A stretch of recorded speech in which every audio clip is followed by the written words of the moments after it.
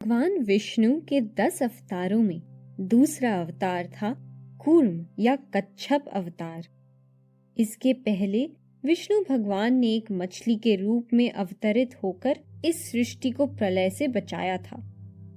इस बार भगवान ने अवतार लिया था देवताओं की रक्षा के लिए। भगवान शिव के क्रोध से उत्पन्न दुर्वासा ऋषि पृथ्वी लोक में भ्रमण कर रहे थे। घूमते घूमते उन्होंने एक विद्याधरी के हाथों में सुगंधित पुष्पों की एक माला देखी। उस माला की सुगंध से पूरा वातावरण मोहित हो रहा था। विद्याधरी ने मुनिवर के मन की इच्छा जानकर वह माला उनको भेंट कर दी। ऋषि श्रेष्ठ वह माला अपने गले में डालकर विचरण करने लगे। इसी समय उन्होंने ऐरावत पर विराजमान देवराज इंद्र को अन्य देवताओं के साथ आते हुए देखा। उन्हें देखकर दुर्वासा ऋषि ने वह माला अपने गले से उतारकर इंद्र के ऊपर डाल दी। इंद्र ने वह माला अपने ऊपर से उतारकर ऐरावत के मस्तक पर डाल दी। उस मदोन्मत्त हाथी ने अपने सूंड से उठाकर वह माला जमीन में फेंक दी। यह देखकर अपने क्रोध के लिए तीनों लोकों में प्रसिद्ध दुर्वासा ऋषि क्रोधित हो गए और बोले, अरे ऐश्वर्य के मद में चूर इंद्र, तू बड़ा ही ढीठ है। तूने मेरी दी हुई माला का कुछ भी आदर नहीं किया। तूने ना ही आदर के साथ प्रणाम कर आभार व्यक्त किया और ना ही उसे अपने सर पर धारण किया। तूने तो उसे निरादर के साथ जमीन पर फेंक दिया। हे देवराज, जिसके क्रोध से पूरा संसार भयभीत रहता है, तूने उस दुर्वासा का अपमान किया है। जिस वैभव के गर्व से तूने यह घोर अनर्थ किया है, वह वैभव तुझसे छिन जाएगा। दुर्वासा के शाप को सुनते ही इंद्र ऐरावत से उतरकर मुनि के चरणों में प्रणाम कर अनुनय विनय करने लगे। इस प्रकार इंद्र के पश्चाताप करने पर दुर्वासा जी का क्रोध थोड़ा शांत हुआ तो वो कहने लगे, इंद्र, मैं दुर्वासा हूँ, अन्य ऋषियों की तरह क्षमाशील नहीं हूँ। मेरा दिया हुआ शाप तो सिद्ध होकर रहेगा। ऐसा कहकर दुर्वासा ऋषि वहां से चले गए और इंद्र ने भी अलकापुरी को प्रस्थान किया। शाप के प्रभाव से धीरे धीरे इंद्र का वैभव घटने लगा। लोगों ने धर्म कर्म करने बंद कर दिए और लक्ष्मी संसार को छोड़कर विलुप्त हो गई। इस प्रकार त्रिलोकों के श्रीहीन होने के कारण देवताओं की शक्ति क्षीण हो गई। ऐसे में दैत्यों और दानवों ने देवताओं पर आक्रमण कर दिया और उनको हराकर अलकापुरी से भगा दिया। तब इंद्रदेव के साथ समस्त देवगण पितामह ब्रह्मा के पास गए। उनसे सब कुछ सुनने के बाद ब्रह्मदेव ने उनको भगवान विष्णु की शरण में जाने को कहा। इस प्रकार भगवान विष्णु से सहायता की इच्छा से समस्त देवगण पितामह ब्रह्मा के साथ क्षीर सागर पहुंचे और नारायण के दर्शन पाकर उनसे बोले, हे देव, दुर्वासा ऋषि के शाप से संसार के श्रीहीन हो जाने के कारण दैत्यों ने हमें हराकर अलकापुरी से निष्कासित कर दिया है। अब हम आपकी शरण में आए हैं।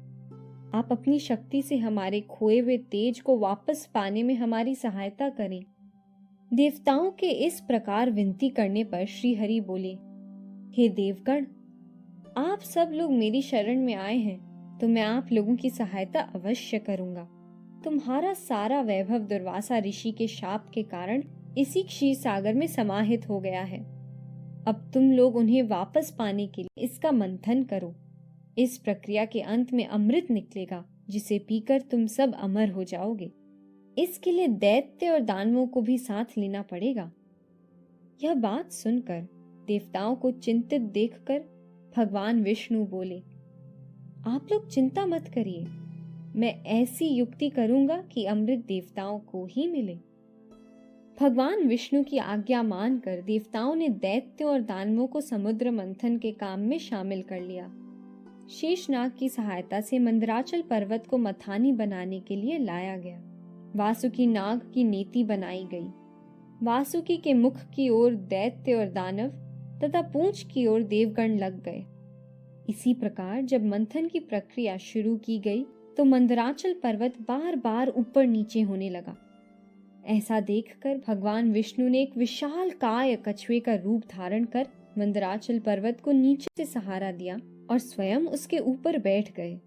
इस प्रकार भगवान विष्णु की सहायता से समुद्र मंथन का कार्य प्रारंभ हुआ और जैसे कि विधि का विधान है, रोशनी होने के पहले अंधकार गहरा हो जाता है। सबसे पहले समुद्र से हलाहल विष निकला। विष इतना प्रभावशाली था कि सभी जीव जंतु मरने लगे और वनस्पतियां मुरझाने लगी। देवता और दानव भी उसके प्रभाव से प्राण त्यागने लगे। ब्रह्मदेव ने सर्पों को उस विष को ग्रहण करने का आदेश दिया। सर्पों के विष ग्रहण करने के बाद भी वह समाप्त नहीं हुआ तो हार कर सभी भगवान शंकर की शरण में गए और उनसे हलाहल विष से संसार को बचाने का अनुरोध किया। भगवान शिव ने हलाहल को पी लिया, परंतु उसको अपने गले पर ही रोक लिया। हलाहल के प्रभाव से भगवान शंकर का गला नीला पड़ गया और तब से उनका एक नाम नीलकंठ भी है। शिवजी के हलाहल को पी जाने के बाद समुद्र मंथन का कार्य फिर से आरंभ हुआ और अब उससे एक सुंदर फूलों से भरा हुआ पारिजात वृक्ष प्रकट हुआ, जिसे अलकापुरी में इंद्र के उद्यान में स्थान मिला।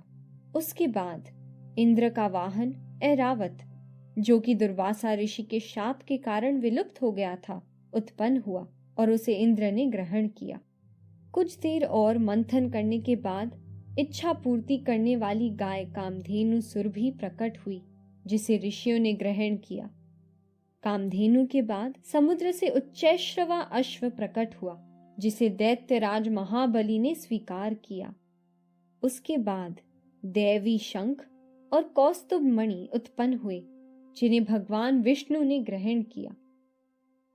इस प्रकार समुद्र मंथन का कार्य कई और दिनों तक चलता रहा और फिर उससे चंद्रदेव प्रकट हुए, जिन्हें भगवान शंकर ने अपने मस्तक पर धारण किया।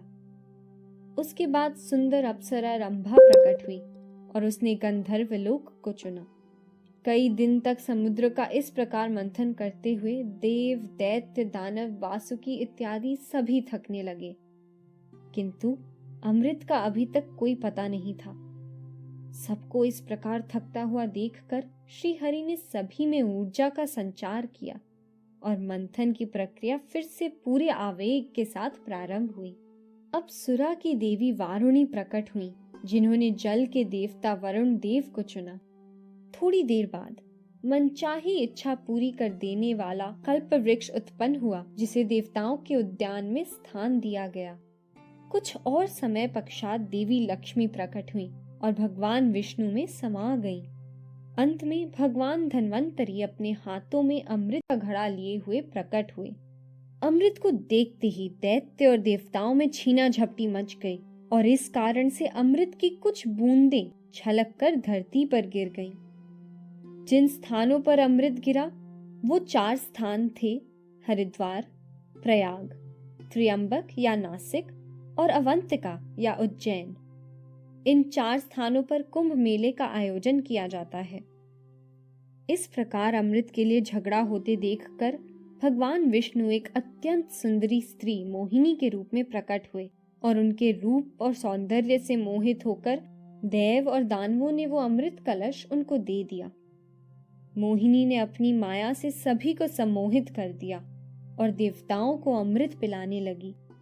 स्वरभानु नामक एक दैत्य ने देवताओं के बीच में जाकर मोहिनी से अमृत ग्रहण कर लिया और यह बात सूर्य और चंद्र ने देख ली। सूर्य और चंद्र ने मोहिनी को इस बात का संकेत कर दिया और उन्होंने सुदर्शन चक्र का आह्वान कर स्वरभानु का सिर धड़ से अलग कर दिया। अमृत पान कर लेने के कारण वह मरा नहीं और उसका सर राहु और धड़ केतु बना। राहु और केतु का सूर्य और चंद्र से तभी से बैर है और इसी कारण वो समय समय पर उनको निगलकर ग्रहण का कारण बनते हैं। उसके बाद देवताओं और दैत्यों में घमासान युद्ध छिड़ गया। भगवान विष्णु ने नर और नारायण का रूप धारण कर देवताओं की ओर से दैत्यों और दानवों का संहार किया और अंततः देवताओं की विजय हुई। इस प्रकार देवताओं ने अमरत्व को प्राप्त कर अलकापुरी में पुनः अधिकार किया और बचे हुए दैत्यगण पाताल लोक में जाकर छिप गए। इस प्रकार भगवान विष्णु ने अवतार लेकर देवताओं की सहायता की और उन्हें फिर से अलकापुरी में स्थापित किया। देवताओं ने अमरत्व प्राप्त कर संसार में पुनः धर्म की स्थापना की और संसार के चक्र को फिर से यथोचित गति प्रदान की। समुद्र मंथन में निकली अनेक